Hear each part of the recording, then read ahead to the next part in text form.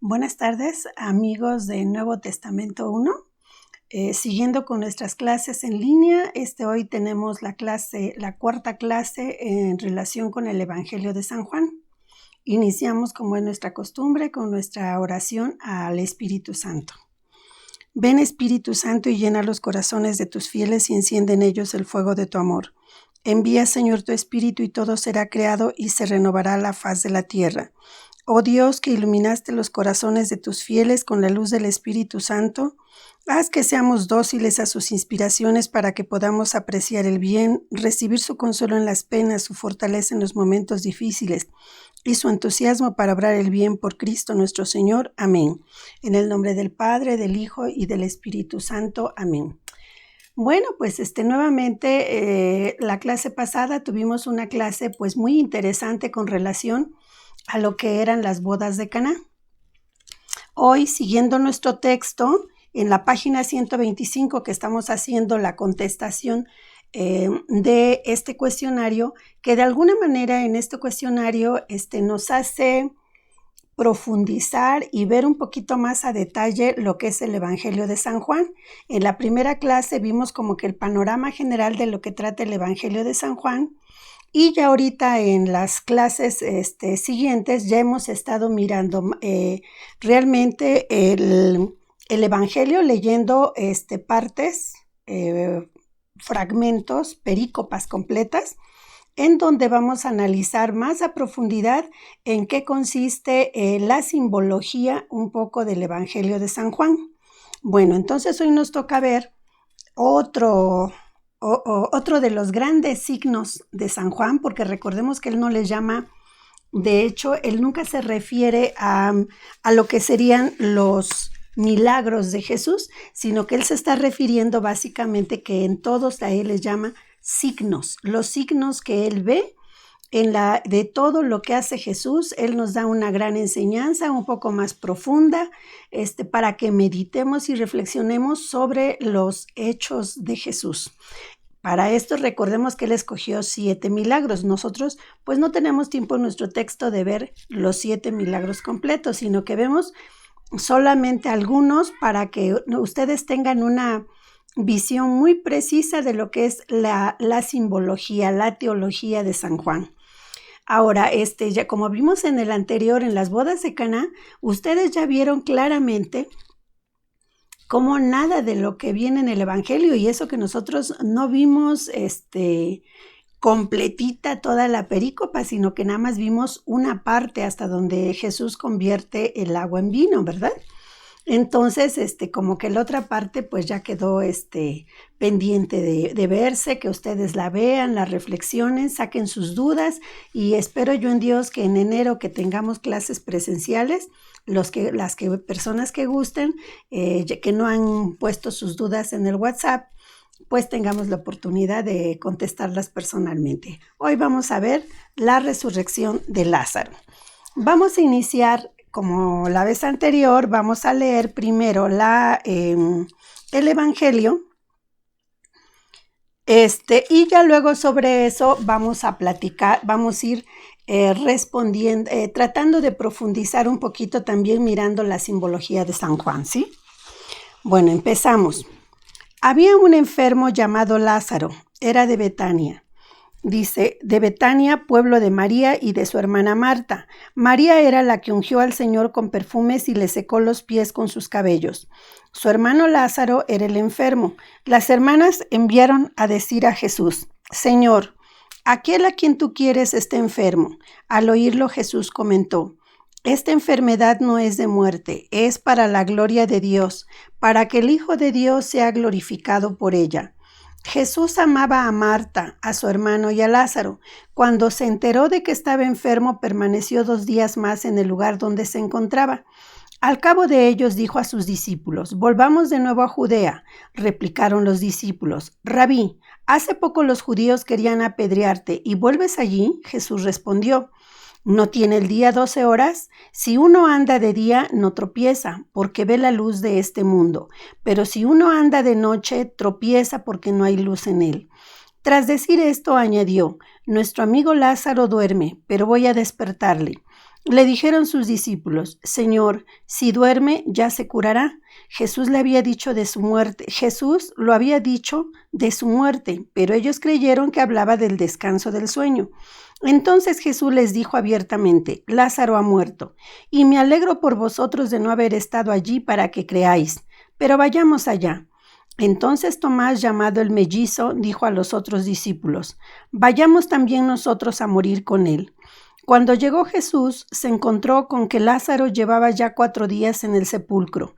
Betania estaba cerca de Jerusalén, a unos 15 estadios, y muchos judíos habían venido a casa de Marta y María para consolarlas por su hermano. Cuando Marta supo que había venido Jesús, le salió al encuentro, mientras María se quedó en casa. Dijo Marta a Jesús: Señor, si hubieras estado aquí, no habría muerto mi hermano. Pero aún ahora yo sé que Dios te concederá cuanto le pidas. Jesús replicó: Tu hermano resucitará. Le respondió Marta: Ya sé que resucitará en la resurrección el último día. Jesús le respondió: Yo soy la resurrección. El que cree en mí, aunque muera, vivirá. Y todo el que vive y cree en mí no morirá jamás. ¿Crees esto? Respondió ella: Sí, Señor, yo creo que tú eres el Cristo, el Hijo de Dios, el que iba a venir al mundo. Dicho esto, fue a llamar a su hermana María y le dijo al oído: El Maestro está ahí y te llama. Ella, en cuanto lo oyó, se levantó rápidamente y fue a su encuentro. Jesús todavía no había llegado al pueblo, seguía en el lugar donde Marta lo había encontrado.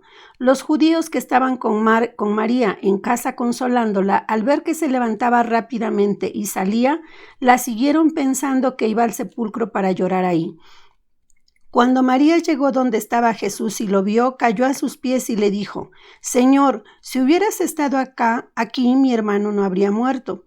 Viéndola llorar, Jesús, y observando que también lloraban los judíos que la acompañaban, se conmovió interiormente, se turbó y preguntó: ¿Dónde lo habéis puesto?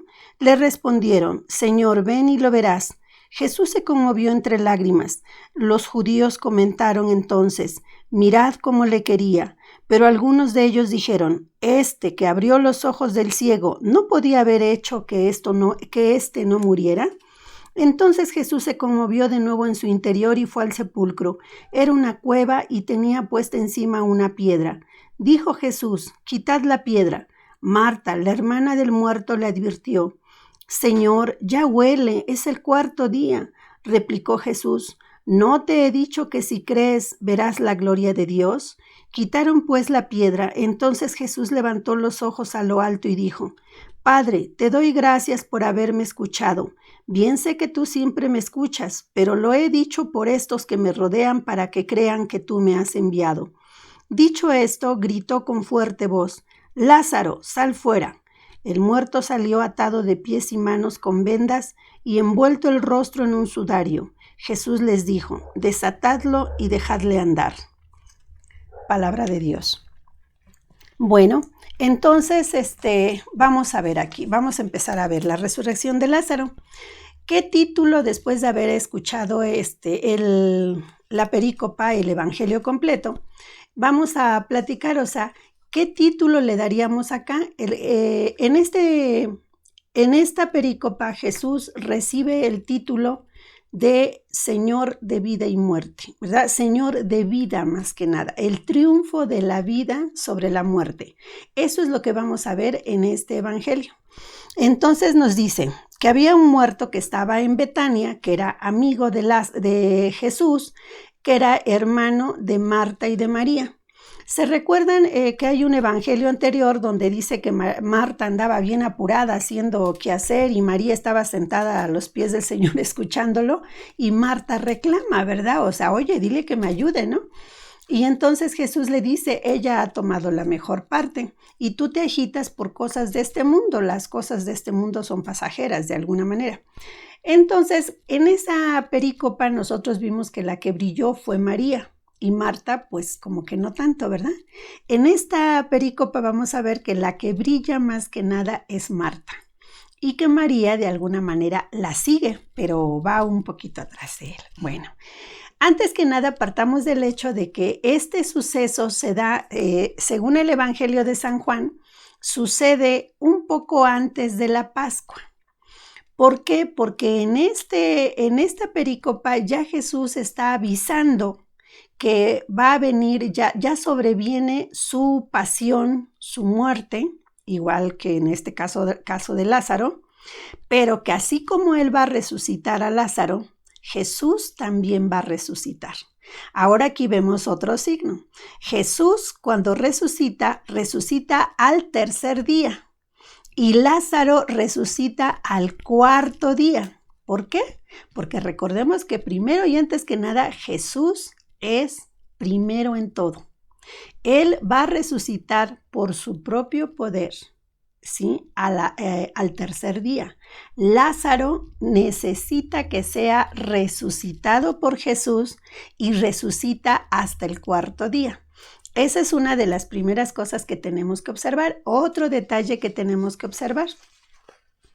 Este suceso es lo que desencadena toda la serie de problemas que ya traía Jesús con los judíos, porque los judíos pues estaban muy molestos de que Jesús les recriminaba el que cumplían con la ley de manera externa, no de manera interna. Se recuerdan que en las bodas de Caná ya vimos que por eso hablaba de las tinajas de piedra, ¿verdad? Que ellos habían convertido toda una ley llena de rituales, pero del corazón no había nada, ¿sí? Bueno, entonces ellos ya estaban muy enojados con Jesús. Jesús sabe que al resucitar a Lázaro, él prácticamente está sellando su sacrificio, su muerte. Los judíos no van a permitir que Jesús dé un signo tan importante como es resucitar a Lázaro, porque pues de alguna manera ya con esto está quedando patente que él está por encima de todos ellos y entonces ellos no lo van a permitir y van a buscar su muerte. Jesús lo sabe, pero aquí es donde nosotros podemos ver cómo Jesús, cuando ama a las personas, que ama en este caso a Lázaro, ama a su amigo tanto, que no le importa con tal de que él, tanto por un lado que quiere resucitar a Lázaro, más que nada lo que él está buscando es que crean en él todos los que estén en ese momento presentes y que sean testigos del poder que él tiene sobre la muerte. Entonces, él no, aquí inclusive nos dice en el Evangelio que le dicen sus discípulos, oye, allí te han querido matar, han hecho intentos de matarte. ¿Cómo es que tú quieres regresar allá? Y entonces les dice Jesús, bueno, el día tiene 12 horas de luz y tiene horas de oscuridad. ¿Qué nos quiere decir con esto? Nos quiere decir aquí que cuando nosotros, me adelanté, vamos a ir un poquito más atrás, dice, cuando le llega el mensaje de que Lázaro está enfermo, el mensaje que le mandó Marta y María, le dicen, el amigo al que tú quieres está muy enfermo. ¿Qué es lo que dice Jesús? Dice, él no salió corriendo, voy corriendo a ver a mi amiga Marta y a mi amiga María porque Lázaro se está muriendo.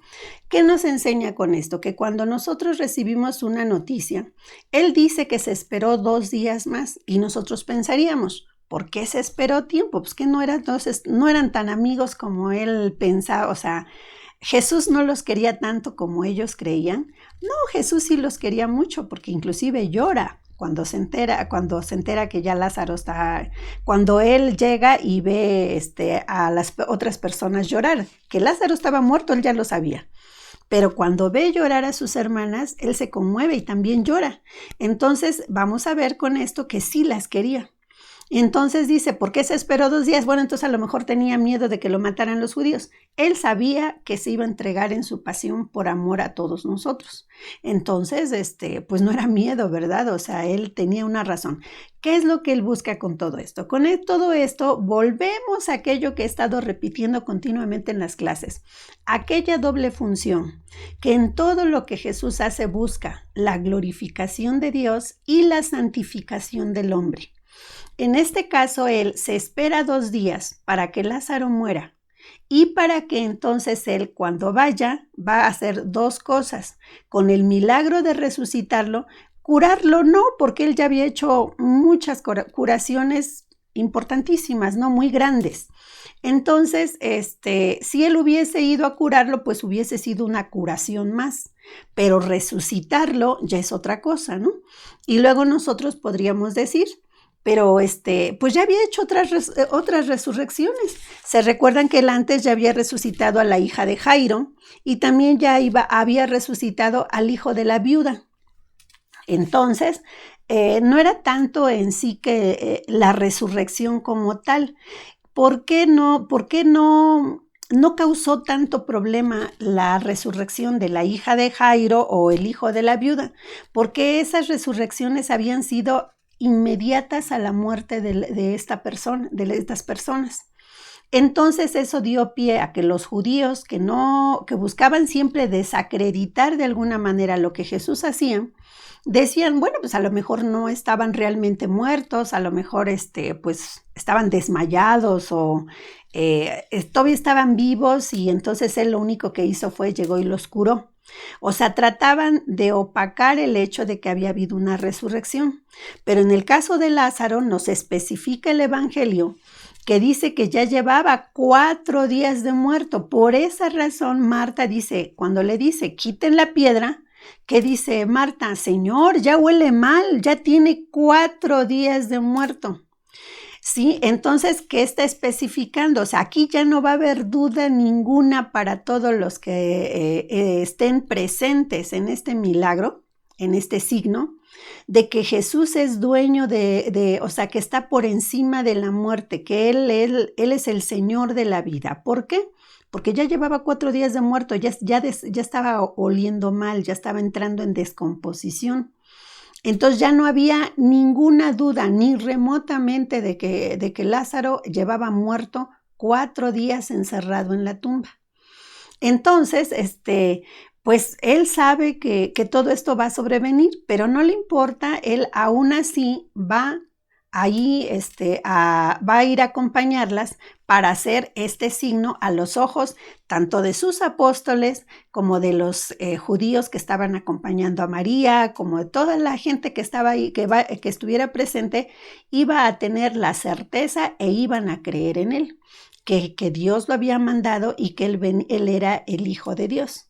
Entonces vean cómo él está buscando la glorificación de Dios y la santificación del hombre. Bueno, entonces nos vemos acá.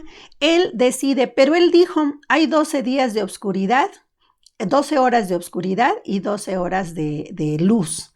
¿A qué se refiere con esto? Que cuando hay 12 horas de luz, es que cuando nosotros recibimos que nosotros no debemos de correr a hacer las cosas cuando estamos en dudas.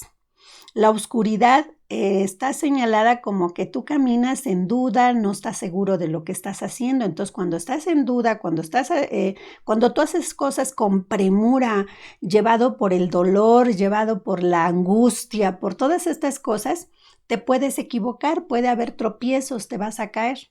Tienes que, siéntate con calma, piensa, o sea, con esto que me estoy enterando, que me está llegando, que estoy viviendo, es primero, ¿qué me quiere decir Dios con esto? Para que luego con calma yo busque qué es lo mejor, qué es con qué, o sea, mi respuesta tiene que ser para gloria de Dios y para mi santificación y de los que me rodean también, ¿verdad? Entonces, esto es lo que nos quiere decir cuando dice hay 12 horas de luz. Y hay horas de luz y horas de oscuridad, ¿verdad? Entonces nosotros tenemos que caminar en la luz cuando yo ya estoy segura de lo que estoy haciendo, cuando ya hice oración para pedirle a Dios, ilumíname, no sé cuál tiene que ser mi reacción, no sé qué voy a hacer. Ayúdame, ilumíname, para que yo haga lo mejor para mi salvación, lo que glorifica a Dios y que me santifica a mí. Bueno, pues entonces a esto se refiere. Seguimos mirando aquí, nos dice.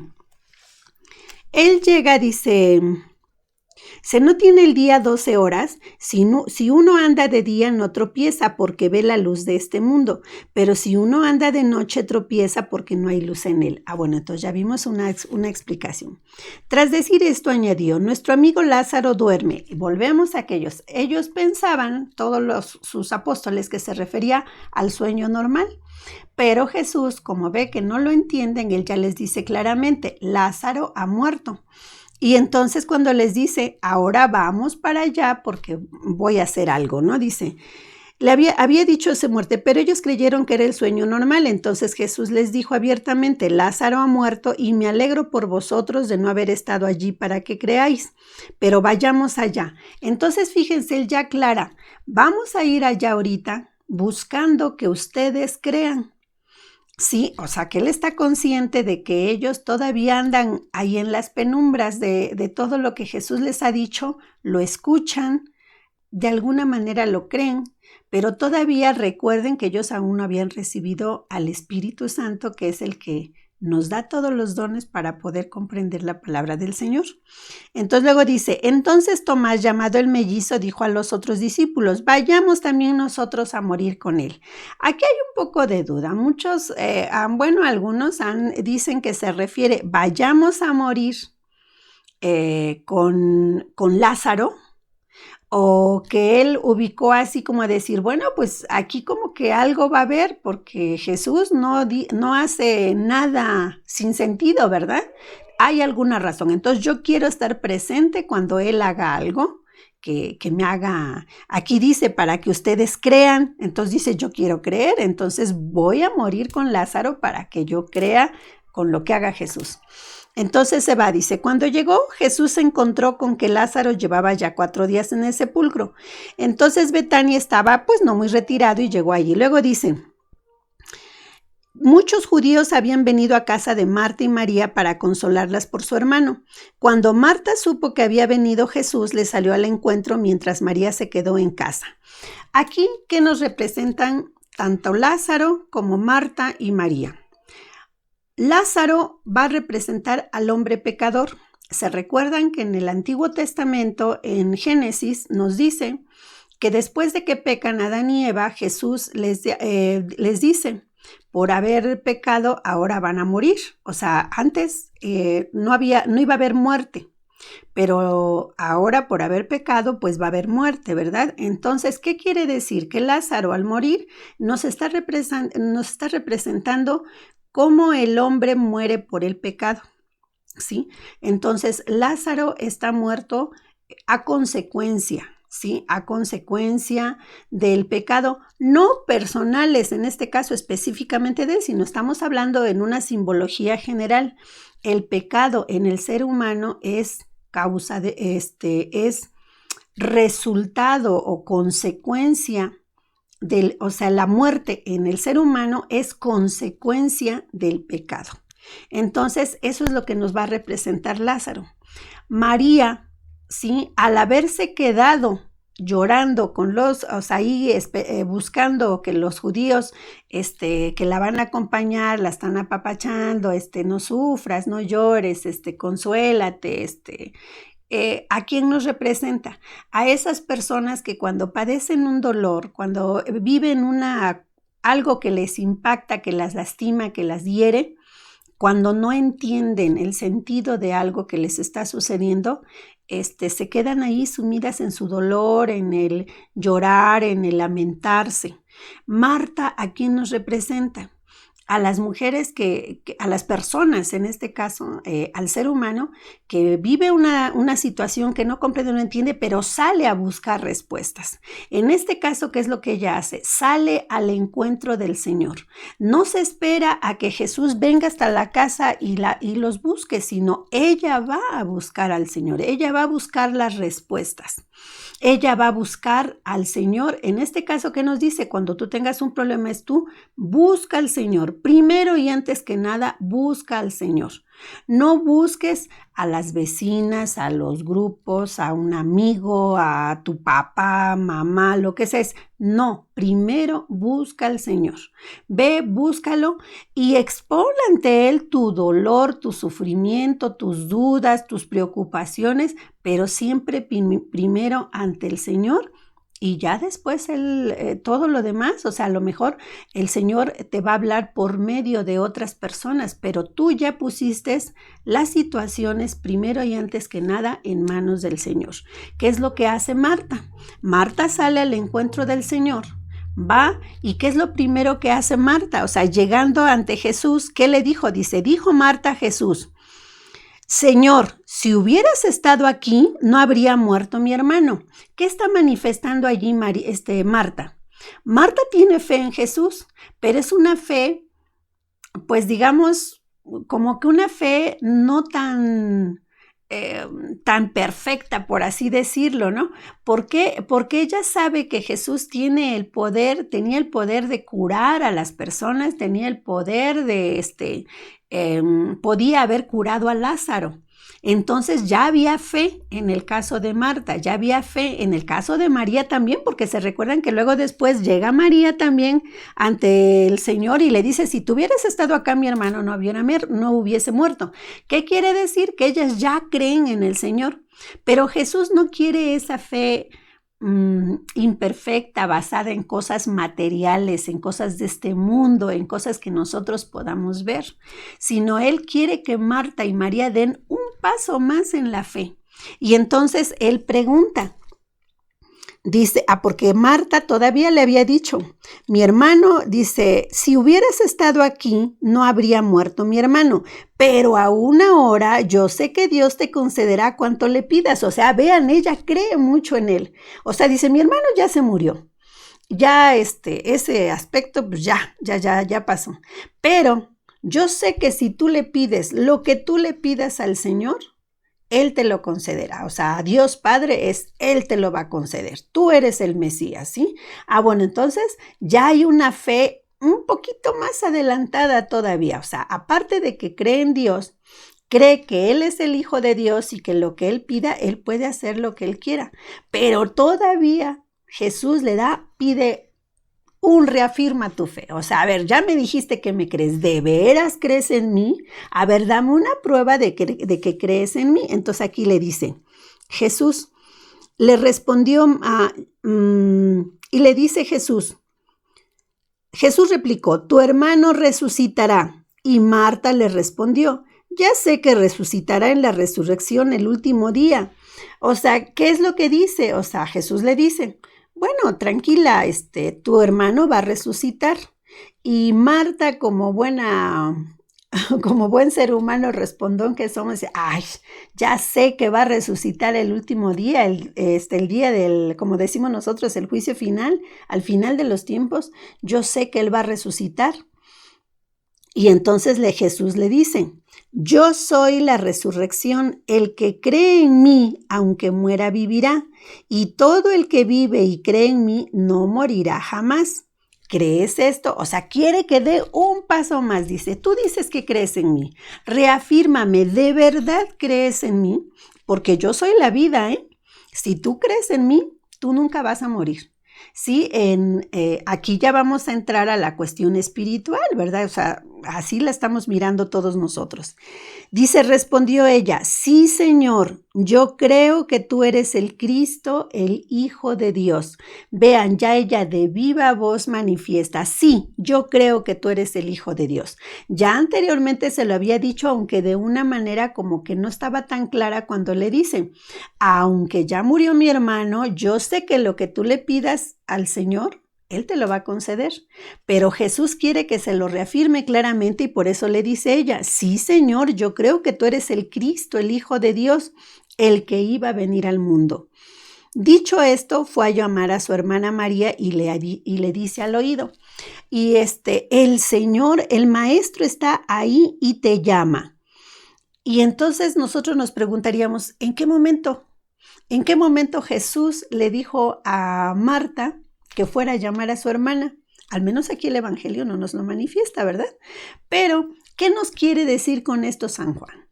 Que cuando nosotros recibimos algo del Señor, en este caso Marta ya lo primero que tiene es la esperanza, ¿sí? Tiene la fe en el Señor. Entonces, ¿qué tenemos que hacer? Tenemos que hacer lo mismo que Marta. Ve y compártelo con los demás. Y no sola, o sea, empiezas por los que tienes cerquita de ti, por los que tú amas. Empieza por compartir con ellos esa esperanza y esa fe que tú tienes en el Señor. Y eso es lo que hace Marta. Por eso ella va rápido con su hermana y la trata de sacar de ese lloro y lamento en el que ella está sumida sin buscar al Señor. Entonces, ya María se levanta y sale rápido también a buscar al Señor. Vienen atrás los judíos acompañándola porque piensan que va a ir a llorar al sepulcro y dicen, pues vamos a seguir apapachándola ya, ¿verdad? Dándole consuelo. Pero se encuentran con que ella va a encontrarse con Jesús y ella, igual que Marta, o sea, nos vuelve a reafirmar, cuando tú tengas problemas, necesidades, penas, dolores, lo que sea, primero ponlo ante el Señor. Entonces ya llega María y también le dice al Señor, le reclama, porque le reclama, es un reclamo lo que le hacen. Si tú hubieras estado aquí cuando mi hermano todavía estaba vivo, no se hubiese muerto, ¿verdad? Dice, cuando María llegó donde estaba Jesús y lo vio, cayó a sus pies y le dijo, Señor, si hubieras estado aquí, mi hermano no habría muerto. Viéndola llorar Jesús y observando que también lloraban los judíos que la acompañaban, se conmovió interiormente y se turbó. Aquí hacemos un pequeño paréntesis. Dentro de la traducción que se hace de las escrituras, se dice que la palabra, a ver si lo tengo por acá, dice que Jesús se estremece, se turba o se conmueve. Todas estas palabras se traducen como que Jesús sí siente dolor, siente tristeza, pero a la par siente indignación. Esta mezcla de sentimientos es lo que se traduce aquí como que se conmueve. Y nosotros pensaríamos, ¿y por qué se indigna? Se indigna porque dice aquí, nos repite esta palabra que se conmueve, o sea, ¿por qué se conmueve cuando ve llorar a Marta y a María? ¿Por qué se conmueve al ver llorar a los judíos? Y nos vuelve a decir que se conmueve cuando está ante la tumba, ¿verdad? O sea, cuando ve y le dicen, aquí está enterrado, él dice que se vuelve a conmover a las lágrimas. ¿Por qué? ¿Qué nos quiere decir? ¿Por qué se indigna? O sea, ¿por qué aparte de que siente tristeza, está indignado? ¿Está indignado porque nos ve llorar o porque nos ve sufrir? En parte sí, pero no por el hecho de que no quiere que lloremos, sino porque él está indignado ante el hecho de ver lo que el pecado le hace al hombre y que el hombre en esa ceguera que tiene por su dolor, no busca, en este caso, a quien puede ayudarlo realmente, sino que a veces nosotros, pues nos acercamos a otras personas que no son precisamente el Señor y que es Él el único que puede ayudarnos, que nos puede dar, que nos puede hacer caminar en la luz, como Él dice, para que no nos tropecemos. Bueno, entonces dice aquí, fíjense, dice, se traduce como la indignación de Jesús, una parte por la incredulidad de los que lloran y se desesperan, y también por la condición humana sometida a Satanás y a la muerte. Como les decía, le duele ver que la gente está incrédula, que no busca a donde tiene que buscar, busca consuelo en otras cosas. Y porque también le duele ver cómo el pecado tiene sometido al hombre. O sea, es como decir, caray, o sea, ¿cómo es posible que el pecado siga dominando al hombre, sí? Bueno, entonces todo esto es por lo que dice que la traducción correcta de esto es la pena, el dolor, pero también la indignación. Entonces nos dice aquí, se conmovió interiormente, se turbó y preguntó, ¿dónde lo habéis puesto? Y le respondieron, Señor, ven y lo verás. Jesús se conmovió entre lágrimas. Los judíos comentaron entonces, mirad cómo le quería. Pero algunos de ellos dijeron, este que abrió los ojos del ciego no podía haber hecho que éste no muriera. O sea, con esto que nos está manifestando, que hay personas que así como pueden ver en él cosas buenas de decir, oye, sí quería mucho a su amigo, mira, hasta le llora. Hay otros que siempre van a juzgar, que están cerrados y que siempre están buscando ver las cosas negativas en las demás personas y dicen, ¿para qué se tardó tanto? Pues hubiera llegado antes y logró hacer que caminara el paralítico, que el ciego viera, curó a los leprosos. ¿Cómo es posible que no podía venir y curarle de lo que haya estado enfermo Lázaro, verdad? Para que ya no se muriera. Pero ¿qué es lo que pasa? Ya vimos anteriormente que Jesús se espera a propósito buscando la gloria de Dios.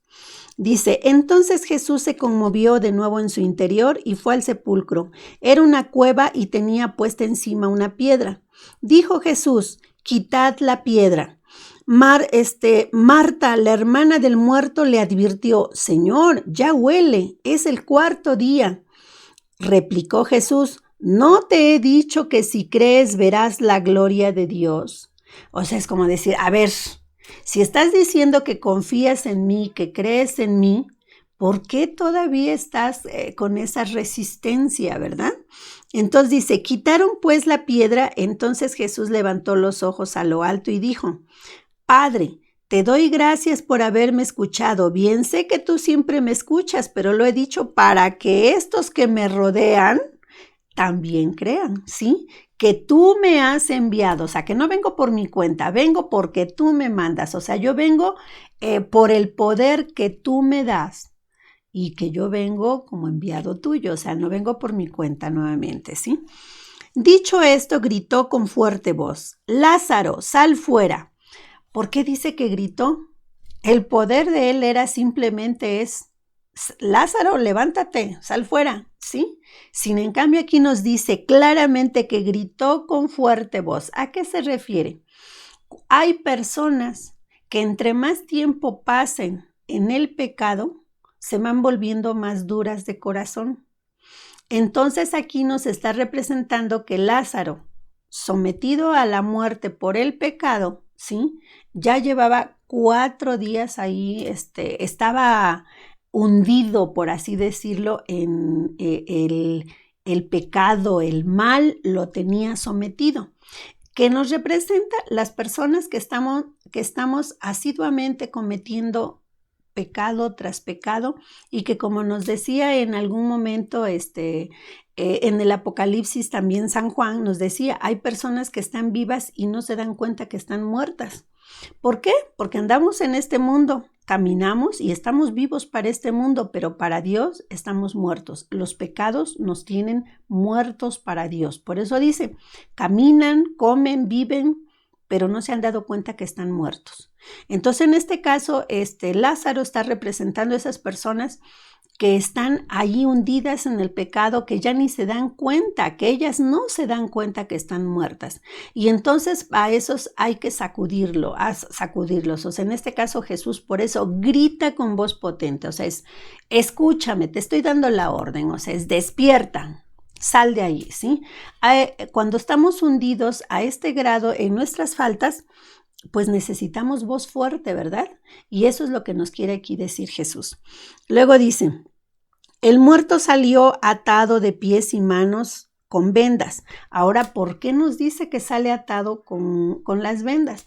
Aquí ya nos está empezando a manifestar, o sea, él podía haber hecho que Lázaro se despertara, las vendas se cayeran y él ya saliera caminando tranquilamente sin vendas y sin el sudario en la frente, en la cara, ¿verdad?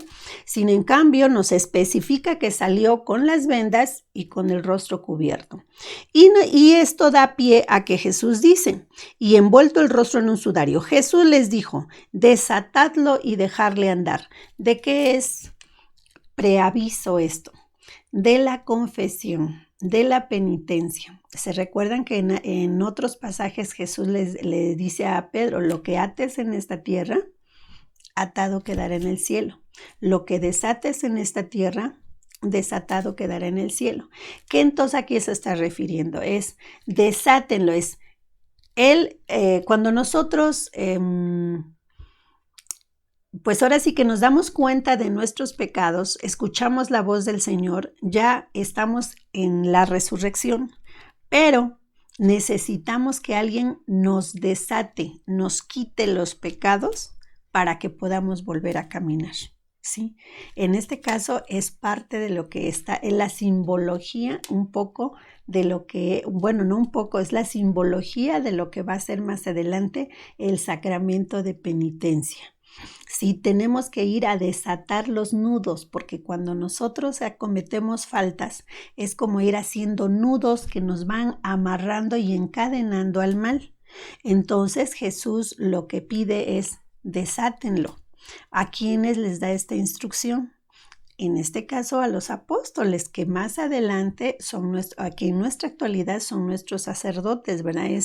Vayan a que les desaten las vendas que los tienen atados al pecado para que puedan volver a caminar en el camino de la vida. ¿Por qué? Porque en toda esta pericopa nos está manifestando que Jesús es el Señor de la vida.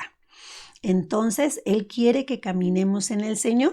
Entonces, ya vieron cómo tiene una simbología como que muy profunda. No nada más es el milagro porque hizo el milagro, ya había hecho otros anteriores. Y sin en cambio, en este milagro, pues está manifestando más su gloria, la gloria del Dios Padre, la suya propia, ¿sí? Y el poder que tiene sobre la muerte, sobre el pecado, y entonces es todo el poder que Él tiene. Entonces, después de haber escuchado esto, ya podemos contestar nuestro cuestionario, ¿verdad? Nos dice nuestro cuestionario en la primera pregunta, ¿de qué trata el texto de la resurrección de Lázaro?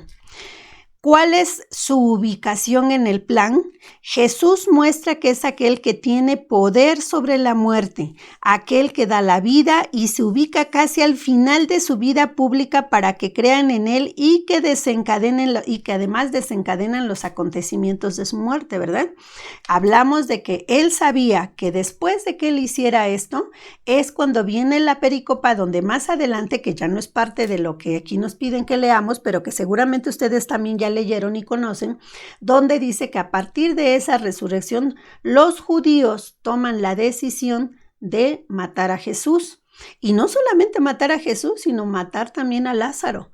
¿Por qué? Porque lo que quieren es desaparecer a Jesús, que es el que está manifestando el poder, y obviamente desaparecer a aquel que había resucitado para que no quedara ningún testigo de lo que había hecho Jesús.